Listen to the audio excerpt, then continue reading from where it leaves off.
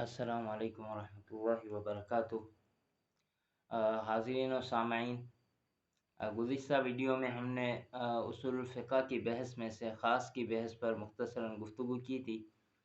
آج ہم اسی گفتگو کو آگے بڑھاتے ہوئے عام کی تعریف پر بات کریں گے کہ عام کسے کہتے ہیں۔ عام لغوی طور پر ہوا شمول والاحاطہ، عام لغت میں کہتے ہیں کہ جو مختلف چیزوں پر شامل ہو اور مختلف چیزوں کا احاطہ کرتا ہو۔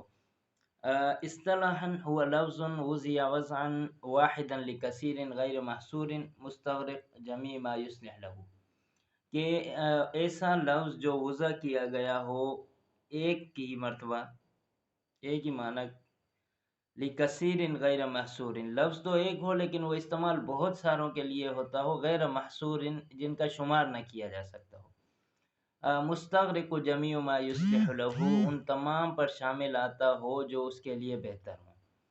اب اس تعریف کو اگر مد نظر رکھتے ہیں تو وضع وزن واحدا لکثیر کے پہلا تو یہ بات سامنے آتی ہے کہ ایک ہی مرتبہ میں وہ بہت ساروں کے لیے بولا جاتا ہو لفظ، اور دوسرا جو ہے اس سے یہ بھی پتہ چلتا ہے کہ جو کسی ایک شخص کے لیے، ایک نوع کے لیے، ایک جنس کے لیے لفظ استعمال کیا جاتا ہو وہ عام کے حکم سے نکل گیا۔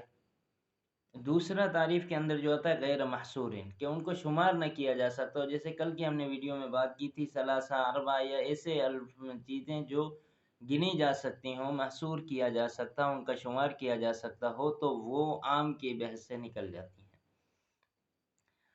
تیسرا ہے کہ یستغرق ما جمیع یصلح له، کہ ان تمام چیزوں کو شامل آتا ہو جو اس کے لیے بہتر ہو۔ تو اس سے کیا ہے کہ عام جو ہے ایک ہی دفعہ میں بہت سی چیزوں کے اوپر، بہت سی افراد کے اوپر ایک ہی مرتبہ میں داخل ہوتا ہے، اس کا معنی دیتا ہے، مفہوم دیتا ہے۔ اور تیسرا جو تھا اس کے اندر وضع وضعا واحدا، کہ ایک ہی مرتبہ وہ اس کا استعمال ہوا ہو، یوں نہ ہو کہ وہ مختلف معنوں میں مختلف مرتبہ استعمال کیا گیا ہو۔ اب خاص کی تعریف ہم نے کل پڑھی تھی، مختصراً آج بھی پڑھ لیتے ہیں کہ اصولیین کے لیے لفظ وضع لواحد او کثیر محصور، یا تو ایک کے لیے استعمال کیا گیا ہو یا بہت ساروں کے لیے، لیکن وہ جو ہیں محصور، ان کا گننا ممکن ہو، ان کا شمار کرنا ممکن ہو، ان کے لیے استعمال ہو۔ اور تیسرا جو اس کے اندر ٹرم تھی وہ تھی مشترک کی۔ اب مشترک کہتے ہیں کہ ایسا لفظ و اشتراک المتعدد فی شیء واحد، بہت سی چیزوں کا ایک چیز کے اندر مشترک ہونا۔ اصطلاحاً اصولیین کے لفظ نزدیک اس کی تعریف کچھ اس طرح بنتی ہے کہ لفظ وضع وضعا متعددا، کہ ایسا لفظ جو وضع کیا گیا ہو متعدد چیزوں کے بارے میں، جیسے لفظ العین، عین ایک لفظ ہے جو آنکھ کے لیے بھی استعمال ہوتا ہے، چشمے کے لیے بھی استعمال ہوتا ہے، جاسوس کے لیے بھی استعمال ہوتا ہے، سونے کے لیے بھی استعمال ہوتا ہے، ذہب سونا۔ تو اب لفظ تو ایک استعمال ہوتا ہے لیکن اس میں معنی جو ہے وہ مشترک ہیں، بہت سی پائی جاتی ہیں۔ اب آگے ہم دیکھتے ہیں کہ کون سے الفاظ ایسے ہیں، اور اصولیین کے نزدیک بعض الفاظ ایسے ہیں جو عموم کا فائدہ دیتے ہیں، عموم کی معنی دیتے ہیں۔ اب 5 طرح کے ہیں۔ پہلا تو ایسا جمع جو معرفہ بنتا ہو الف لام جنسیہ کے ساتھ یا اضافت کے ساتھ، ہر ایسا جمع جو الف لام جنسیہ یا اضافت کے ساتھ جمع بنتا ہو، جس کے ساتھ یہ الف لام جنسیہ اور اضافت لگی ہوئی ہو، وہ عموم کا فائدہ دے گا۔ جس طرح قرآن کے مجید کے اندر ایک آیت ہے، اس کے اندر لفظ استعمال کیا گیا ہے المطلقات۔ اب الف لام جنسیہ اس کے اندر لگا ہوا، المطلقات یہ جمع ہے المعرب بالالف لام الجنسیہ، تو یہ مطلقات جو ہے یہ عام ہے۔ قرآن مجید میں ہے کہ والمطلقات یتربصن بانفسہن ثلاثۃ قروء۔ اور دوسرا جو لفظ ہے وہ اسماء الموصولہ، اسماء الشرط اور اسماء الاستفہام۔ اسماء موصولہ، اسماء شرط اور اسماء استفہام بھی عموم کا فائدہ دیتے ہیں۔ جیسے قرآن مجید میں لفظ الذین کا استعمال ہوا ہے کہ والذین یرمون ازواجہم، اب یہاں پر الذین کا جو لفظ ہے وہ عموم کے لیے استعمال ہوا ہے۔ اور اسی طرح اللہ تعالیٰ کے بارے میں ہے کہ من ذا الذی یقرض اللہ قرضا حسنا، کہ کون ہے وہ شخص جو اللہ تعالیٰ کو قرض حسنہ دے گا۔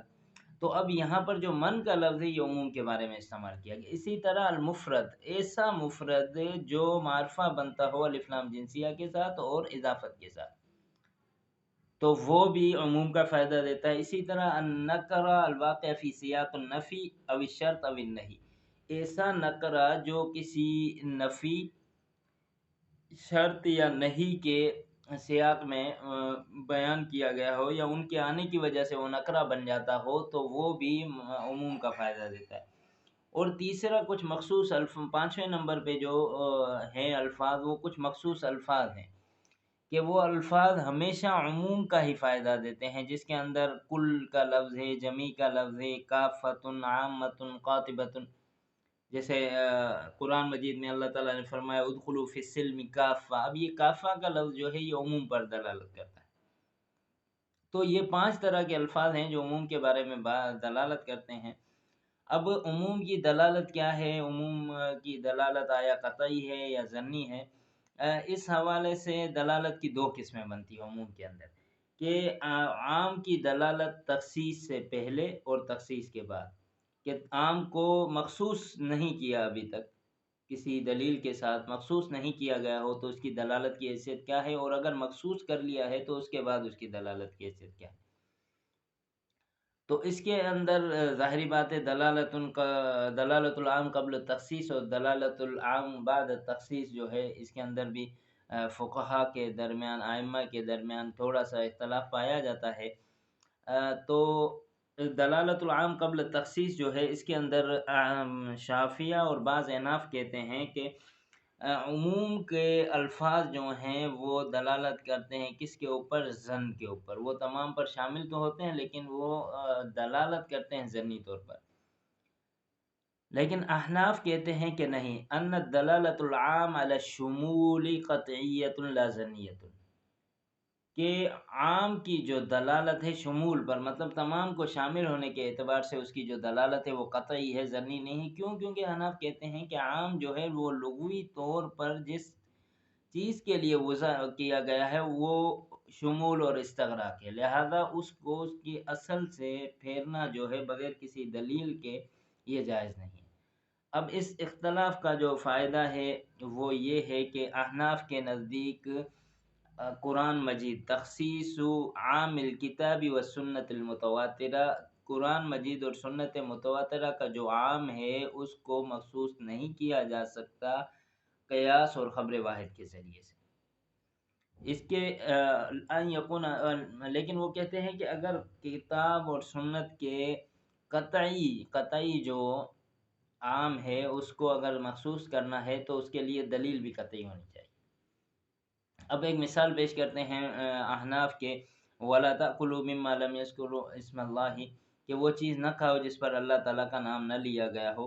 تو احناف کہتے ہیں کہ اس آیت کی تخصیص جو ہے قیاس اور خبر واحد کے ذریعے سے جائز نہیں ہے، لہٰذا ہر وہ چیز جو اللہ کے نام پر ذبح نہ کی گئی ہو عمدن، چاہے جان بوجھ کر نام نہ لیا ہو، تو وہ جو ہے حلال نہیں ہے، وہ حرام ہے۔ لیکن شوافی کہتے ہیں کہ کتاب اور سنت کے عام کی تخصیص جو ہے وہ خبر واحد اور قیاس کے ذریعے سے کی جا سکتی ہے، لہٰذا وہ اس آیت کے بارے میں کہتے ہیں کہ ایسا ذبیحہ جس پر اللہ کا نام نہ لیا گیا ہو تو وہ کھانا جائز ہے۔ کیوں؟ کیونکہ خبر واحد کے اندر آتا ہے، آپ صلی اللہ علیہ وسلم نے فرمایا المسلم یذبح علی اسم اللہ تعالی سمی او لم یسم، کہ مسلمان ذبح کرتا ہی اللہ کے نام پر ہے چاہے وہ نام لے نہ لے۔ لہذا شوافی کے نزدیک جس چیز پر اللہ تعالیٰ کا نام نہ لیا گیا ہو ذبیحے پر، وہ کھانا جائز ہے۔ کیوں؟ کیونکہ وہ خبر واحد سے اس عام کو جو ہے وہ مخصوص کرتے ہیں۔ لیکن احناف کہتے ہیں جائز نہیں ہے، کیونکہ ان کے نزدیک قرآن اور سنت کا جو عام ہے اس کی تخصیص ہوگی قطعی دلیل کے ساتھ۔ تو آگے تخصیص دلالت العام بعد تخصیص ہے، اور تخصیص العام عام کی تخصیص کس طرح ہوگی اس پر ہم انشاءاللہ اپنی کل کی ویڈیو میں بات کریں گے۔ تب تک کے لیے مجھے دیجیے اجازت۔